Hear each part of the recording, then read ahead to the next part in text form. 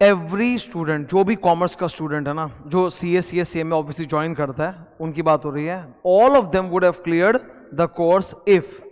अब ये जो आज मैं बोलने जा रहा हूँ ना, मैं बोलते वक्त तो CA बोलूँगा, but obviously what ever I am speaking for so long, मैं जो भी अभी ये डेली आप लोगों के लिए मोटिवेशनल वीडियोस बना के डाल रहा हूँ, इसमें जो भी मैं बोलता हूँ बोलते CA निकलता है, but it is applicable for company secretary and cost accountancy also, ठीक है।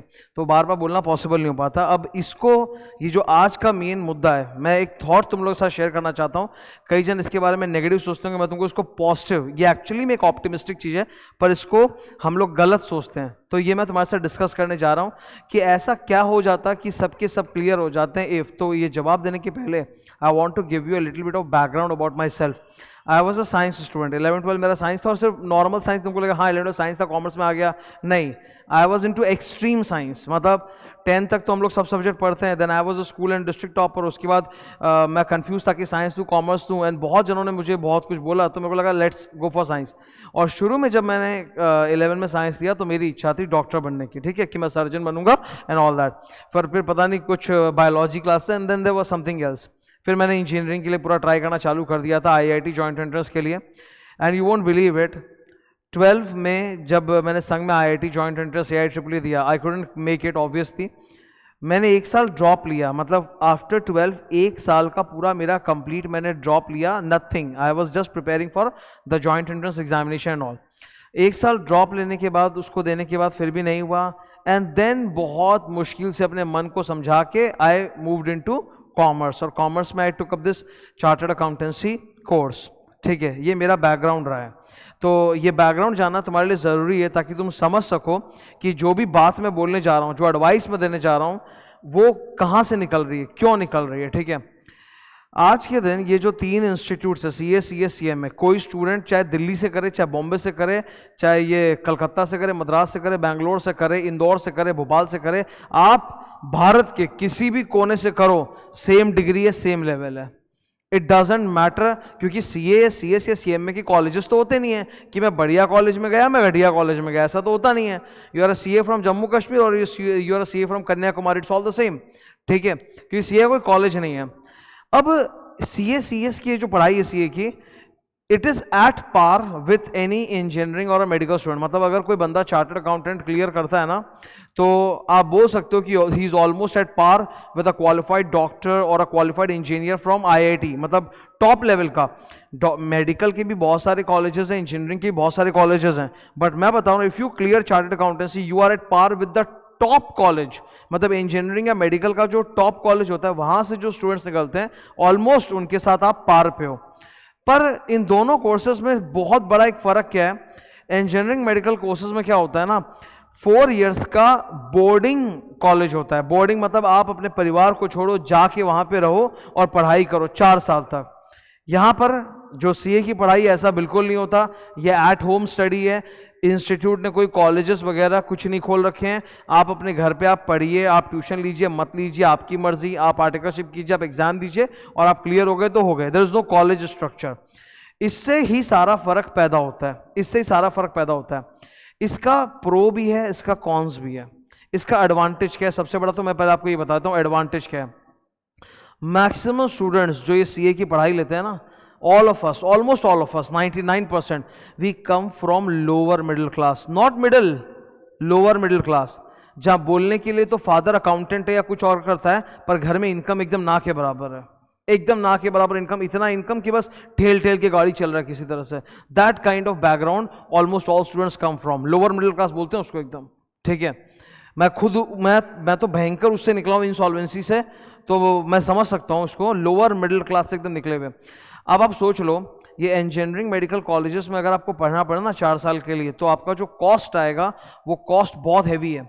यहाँ पर वैसा कोई कॉस्ट नहीं है, because the institute has not open colleges, आप अपने घर से पढ़ रहे हो, और जो फाउंडेशन, इंटर या फाइनल में रजिस्ट्रेशन की फीस होती है वो बहुत कम होती है, फिर ट्यूशन फीस वगैरह जो होती है दैट इज सेपरेट, पर रजिस्ट्रेशन फीस बहुत कम है। कॉलेज वगैरह का कोई मोटा खर्चा नहीं है, इसीलिए it becomes affordable. You have got 10 lakh और 15 lakh students in these courses CACS, just because कि इनमें खर्चा नहीं है, तो आराम से फैमिली को पोसा जाता है, एक स्टूडेंट जाके ज्वाइन कर लेता है। लेकिन इसका एक नेगेटिव साइड भी है। नेगेटिव साइड क्या है, इंजीनियरिंग या मेडिकल कॉलेज में सारी मेहनत एंट्रेंस तक के लिए होती है, उसके बाद अगर आप घुस गए इंजीनियरिंग मेडिकल कॉलेज में तो आप 4 साल में बन के निकलोगे, 99% प्रोबेबिलिटी कि आप बन के निकल जाओगे। सीए सीएस सीएमए कोर्स में क्या है, फाउंडेशन आसान होता है, उसमें तो एंटर कर जाएंगे आसानी से, पर निकलने की गारंटी नहीं है, निकलेंगे बहुत मुश्किल से। ये इसका सबसे बड़ा डिसएडवांटेज है। The reason is that there is no structure. आज अगर सीए, सीएस और सीएमए ये तीनों इंस्टीट्यूट कॉलेजेस खोल लेते हैं ना, अगर सीए इंस्टीट्यूट अपना कॉलेजेस खोल लेता भारत की हर जगह में, और हम लोग स्टूडेंट लोग जो होते हैं वो जा जाके उसमें पढ़ रहे होते, कॉलेज में अटेंडेंस दे रहे होते, या बोर्डिंग कॉलेज की तरह होता कि वहीं रह रहे होते 4 साल तक 5 साल तक जो भी, और उसमें पढ़ाई कर रहे होते, मैं बोल रहा हूँ गारंटी है 90 to 95% of them would have cleared chartered accountancy. तो ये जो मेरा प्रश्न आज का चालू हुआ था ना, every student would have become a CA if CA Institute had opened up boarding colleges everywhere in India। तो जैसे कोई स्टूडेंट 12 के बाद, साइंस का स्टूडेंट इंजीनियरिंग मेडिकल के एग्जाम्स जॉइंट एंट्रेंस देके कॉलेज में जाके पढ़ने लग जाता है 4 साल के लिए अपने घर को छोड़ के एकदम एक एकेडमिक एनवायरनमेंट में, अगर उसी तरह से कॉमर्स का स्टूडेंट भी घर छोड़ के जाके CA के कॉलेज में पढ़ रहा होता लगातार 4 साल के लिए, तो गारंटी है उसको बनना ही बनना था, और बहुत ही अव्वल लेवल का उसको चार्टर्ड अकाउंटेंट बनना था। ठीक है, तो ये सबसे बड़ा मतलब क्या है कि एडवांटेज हो सकता था अगर सीए इंस्टीट्यूट कॉलेजेस ओपन करती। बट आप इसको ये भी समझो कि अगर वैसा ही पढ़ाई जैसा मेडिकल इंजीनियरिंग में कॉलेज का स्ट्रक्चर है वैसा ही अगर यहाँ कर दिया जाता, तो मैक्सिमम लोग जो आज ये कोर्स पढ़ रहे हैं सीए का, जो हम लोग जिस बैकग्राउंड से आते हैं, हम लोग अफोर्ड ही नहीं कर पाते। आपको मैं बता देता हूँ, आपको you are from commerce background, if you are watching me, तो you may not know this, but medical engineering और इंजीनियरिंग के एंट्रेंस एग्जाम के लिए 11-12 में जो ट्यूशन फीस लगती है ना, वो इतनी ज़्यादा होती है, इतनी ज़्यादा कि यहाँ पर सीए का फाउंडेशन इंटर फाइनल का मिला के सारे सब्जेक्ट का ट्यूशन का भी फीस उसको मुकाबला नहीं कर सकता। मतलब आप फाउंडेशन इंटर फाइनल की सारी ट्यूशन फीस जोड़ दो, उसको इंटू 2-3 कर दो, तब जाके मुश्किल से 11-12 का जो एंट्रेंस एग्जाम होता है ना मेडिकल इंजीनियरिंग का, उसके ट्यूशन फीस के बराबर आएगा। इतना यहाँ पे कम होता है, और ऊपर से कॉलेज स्ट्रक्चर तो है नहीं, तो कॉलेज वाली फीस तो कुछ है नहीं कि सीए इंस्टीट्यूट आपसे हर साल का 2 लाख 3 लाख 4 लाख ऐसा कुछ वसूल कर रहा है, वो भी नहीं है। तो अफोर्डेबिलिटी की एक बहुत बड़ी बात आती है। अगर सीए इंस्टीट्यूट बोर्डिंग कॉलेजेस में जाता तो I am telling you maximum लोग जो हम जिस बैकग्राउंड से निकले हम तो उसको ज्वाइन ही नहीं कर पाते। मैं साइंस में कैरी ऑन क्यों नहीं कर पाया, मेरे साथ मेरे बहुत सारे दोस्त हैं, in fact I was a school topper. Now I am coming back to the background again. मैं जैसे 11-12 में साइंस लिया, मेरे बहुत सारे दोस्त जो मुझसे पढ़ाई में नीचे थे, 10 में बहुत नीचे, वो भी लिए। नाउ मेरे घर की पोजीशन बहुत ख़राब थी। जब मैं क्लास 8 में था ना, ऑलमोस्ट उसी टाइम पे क्या हुआ कि पापा का काम खराब हो गया था, वी बिकेम इंसॉल्वेंट। और आप सोचो 2001 में, जब when I was in class 8, 2001 में 1.5 करोड़ रुपए का कर्ज किसको बोलते हैं, 1.5 करोड़ रुपए का कर्ज था फादर के ऊपर। ऐसा नहीं कि वी वर एट जीरो नहीं, वी वर एट माइनस, इतना बुरा हालत था उस वक्त। उस माहौल में जब मैं पढ़ रहा था लगातार 8, 9, 10, 11, 12, those were my formative years, तो मुझे इतनी दिक्कत होती थी ट्यूशंस ज्वाइन करने में, मैं ट्यूशंस नहीं ज्वाइन कर पा रहा था। मैंने साइंस के ट्यूशन 11 में नहीं 12 में जाके लगाए। आप समझ रहे हो कितनी दिक्कत है। और फाइनली जब नहीं हो पाया ना वहाँ पे, तब मुझे लगा यार आई कुडंट अफोर्ड दिस। ये इंजीनियरिंग का जो पढ़ाई है, इसमें जो एंट्रेंस के लिए जो ट्यूशन फीस वगैरह देना पड़ा, और कोटा तो मैं जा ही नहीं पाया था। कोटा जिनको नहीं पता है, कोटा राजस्थान में एक जगह है जहाँ भयंकर तैयारी होती है ये IIT जॉइंट एंट्रेंस वगैरह की, ठीक है, तो वहाँ तो मैं जा ही नहीं पाया था। तब जाके I shifted to commerce because it was affordable. Doing a chartered accountancy course was much more affordable for my family. I could stay with my family. I can even financially support my family. मैं tuitions वगैरह लेता था घर घर जा जाके, उससे जो पैसे आते थे मैं उससे अपनी पढ़ाई कैरी ऑन करता था, मेरे घर को भी मैं फाइनेंशियली सपोर्ट कर पा रहा था। तो that affordability gave me the chance to become a chartered accountant. अगर चार्टर्ड अकाउंटेंट की पढ़ाई भी इंजीनियरिंग मेडिकल जितनी महंगी होती शायद मैं अफोर्ड कर ही नहीं पाता। तो आप इसको एक पॉजिटिव सेंस में लो कि ये जो मौका मिला है ना कि सीए बनना है, ये मौका बहुत जबरदस्त मौका मिला है कि इन्होंने ऐसा बोर्डिंग कॉलेज का स्ट्रक्चर क्रिएट नहीं किया। क्योंकि अगर कर देते तो पहली बात तो इतने स्टूडेंट घुस ही नहीं पाते, क्योंकि फिर एंट्रेंस एग्जाम बहुत हाई होता, एंट्रेंस एग्जाम का लेवल इतना हाई होता कि घुस ही नहीं पाते, आप एंट्रेंस क्लियर नहीं कर पाते।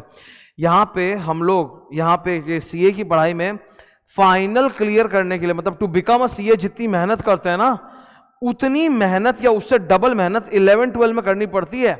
अगर आपको IIT जॉइंट एंट्रेंस क्लियर करना है तो उससे उतनी या उससे ज्यादा मेहनत करनी पड़ती है, तब जाके तुम्हारा 12 में IIT जॉइंट एंट्रेंस क्लियर होता है। और यहाँ पे जो हम लोग ये मेहनत करते हैं टू बिकम अ सीए उस लेवल का, तो यार बहुत कुछ ऐसा है ना इस कोर्स में फायदेमंद।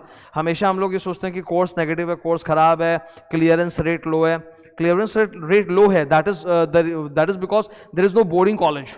अगर इनका भी बोर्डिंग कॉलेजेस होता जगह जगह जाके, जहाँ 4 साल के लिए तुम अपने घर को छोड़कर जाके पढ़ रहे होते और पैसा बहुत फूका जा रहा होता फैमिली से, तब तुम बन जाते आराम से। पर फिर नंबर ऑफ स्टूडेंट्स जो घुस पाते वो भी कम होता, क्लियरेंस रेट भले ही हाई होता, और मैक्सिमम लोग जो हम लोग जिस बैकग्राउंड के, हम तो भाई अफोर्ड ही नहीं कर पाते इस कोर्स को।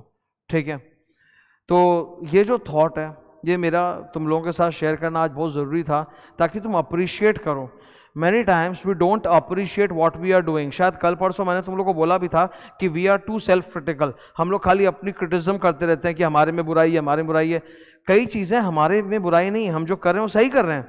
कभी अगर तुमको लगता है कि तुमने जो कोर्स ले लिया तुमने गलती कर दी, तुमने गलती नहीं किया, तुमने सही फैसला लिया है, कुछ सोचा था तुमने तभी तुम इस कोर्स में हो, बेवकूफ़ी नहीं की है तुमने। अगर तुमने सीएमए लिया तुमने सही डिसीजन लिया, तुमने सीएस लिया तुमने सही डिसीजन लिया, तुमने सीए लिया तुमने सही डिसीजन किया है, कोई गलत नहीं किया है। जो स्टूडेंट जो कोर्स ले रहा है सही है। तो मेरे से पूछोगे सर मैं डबल ट्रिपल कोर्स करूं, I have never suggested double triple course. मैं जानता हूं भाई एक डिग्री चाहिए लाइफ में और उसके बाद जॉब, फिर आगे जो आपकी तरक्की है वो आपके हाथ में होती है, जॉब में जाके होती है। ठीक है, कोई भी एक कोर्स जो तुम कर रहे हो सही कर रहे हो, तुम्हारा फैसला गलत नहीं है, पर अब तुमको समझना पड़ेगा it is the time to do a lot of hard work. तुमको एक मौका मिला है भगवान से कि तुम अपने परिवार को बाहर टान के निकाल सकते हो। तुमने जो कोर्स लिया है ना, इसका ओवरऑल कॉस्ट बहुत कम हो जाता है कंपेयर टू एनी इंजीनियरिंग और मेडिकल कोर्स, बहुत कॉस्ट कम है। ठीक है, that is why your family and you are doing this course, you can afford this course. अब बात है मेहनत की, कि प्रॉपर हार्डवर्क के साथ, प्रॉपर डेडिकेशन के साथ तुम भी क्लियर कर सकते हो। Every student can clear, although they don't clear but you can clear, it is your right, you deserve it to clear it. पर मेहनत करनी पड़ेगी और आपको बहुत ज़्यादा मेहनत करनी पड़ेगी। नेगेटिव्स में बिल्कुल मत आना कि जैसे मेरे को भी ये सुनने को मिला था, मेरे जो एक मतलब हैं रिलेटिव्स में बहुत लोग हैं जो बहुत लेट से क्लियर किए। ठीक है, मतलब वो बहुत लेट से क्लियर किए कोर्स वगैरह, और लोग बोलते थे यहाँ तो 0% रेट है, 0.5% रेट है। सी ये सब परसेंटेज और स्टैटिस्टिक्स जो होते हैं ना, don't apply it on yourself. Okay, you are going to create a new path for yourself, एक नया ट्रेजेक्ट्री तैयार होगा तुम्हारा।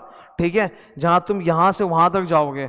तो प्लीज ये स्टैटिस्टिक्स अपने ऊपर अप्लाई मत करो कि अगर पास परसेंटेज 1% है तो मेरा भी चांस 1% है। नहीं, वो 1% ना बहुत सारी चीजों से निकलता है, आप उसमें मत पढ़ो। Don't go into that negative news, you have taken a right decision, positive है। अब तुमको बस एफर्ट अपना पूरा जी जान से डालना है और क्लियर करना है स्ट्रैटेजी बना के। Thank you.